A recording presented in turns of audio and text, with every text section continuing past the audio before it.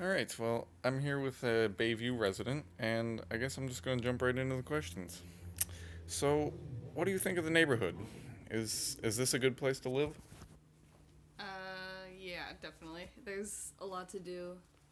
I've been living here for about 5 years now, so I moved in like 2010, and it's been pretty peaceful, I guess. I mean, not there's a lot to do down here with like there's a lot of bars. I've seen a couple live bands perform and stuff like that. It's a Hmm. good vibe. Okay.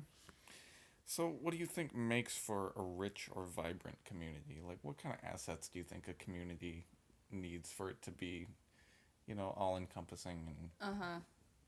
I think people have to like care about where they live for sure. And I think everybody for the most part cares.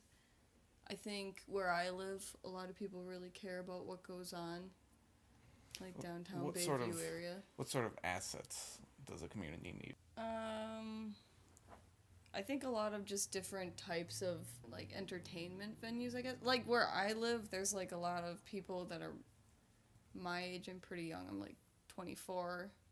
I think the reason we care about Bayview and stuff is like there's a lot of places for us to go that make sense with like our income and stuff, I guess. Like I said, the bars, the live music is pretty cool, I think. Sure. So it can be argued that the history of a town or city is important and that it gives it a little more character. What are your thoughts on the importance of historic preservation and what it does for a community? I think historical preservation used in the right context is really important. What I mean by that is like I think Bayview has done a really good job at preserving like the right historical time. Like there's a lot of places that kind of have like a 50s vibe to them and that's pretty cool. I think that makes sense just because that was like I did a little research on the neighborhood before I moved here obviously, but I looked into like the historical context of everything and yeah, like the height of Bayview when they were just um I feel like that's when they were getting like a lot of really good development down there. I think that's cool. I think closer to the basilica, it's a lot of older buildings. Those are like more 20s, 30s buildings, and that always, I think that always like attracts people because that really old kind of architecture is pretty cool. Everybody can appreciate that. Yeah. So besides the higher profile buildings such as the basilica and whatever, there's a lot of a lot of historical buildings are unfortunately neglected and often lost to the wrecking ball. What are some things that you might do to help combat that? Like, Well, I don't have any money to renovate a house or anything, but I mean, the fact that like a lot of my neighbors care about like the neighborhood and I care, I think it's important to just let people know, like people that are like important in community development who are in like in charge of developing the area and like your maybe like your alderman or something. I think it's important to let them know mm-hmm, what you really think and like you don't have to you don't have to spend money to like have a say in anything. I think just like um, vocalizing what you feel about I don't know. how do you think that social media might play a role in this?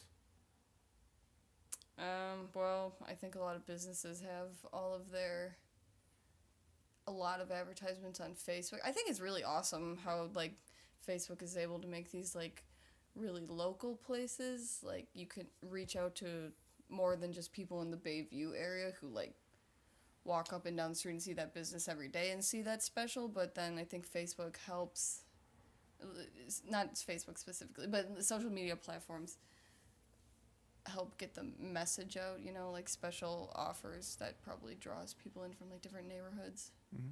Local is important. Yes. What do you know about the abandonment of the Avalon Theater and its eventual renovation?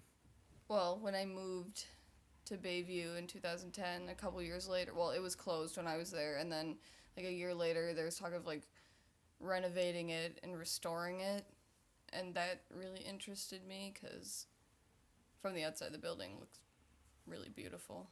It's really cool architecture. It's that like 20s, 30s architecture. So as far as its eventual renovation, what do you think that this did for the community? I think it brought a lot of people like me down here. I think like a lot of younger people. I think it brought out younger people who maybe can't afford to live in, Shorewood or by UW Milwaukee, but you want to be around like people your age. I think that helps because there's a lot of like special. If you're like a movie buff, I think the Avalon's your kind of place. So when you say it would bring people your age, what would be the difference between this theater and just any other theater that could be put in its place? Like, why renovate this old historical place when you could just put in a brand new one? I think this old place, it has a totally different experience than just your average IMAX theater. And like, yeah, surround sound is cool and whatever, but I don't think the experience is the same. I think people that go to the Avalon, like, they care a lot more about their movie going experience. And it's a cool place. There's like this ceiling with like stars all over it, and there's like a shooting star that goes by every 15 minutes, which is really weird, but that's like part of the whole experience. You don't see that in IMAX. You just have your seat rattle from sound, and it's annoying. Anyway. Yeah, okay. Well, thank you so much for your time. I think that just about wraps it up. So, thank you very much. Mm-hmm.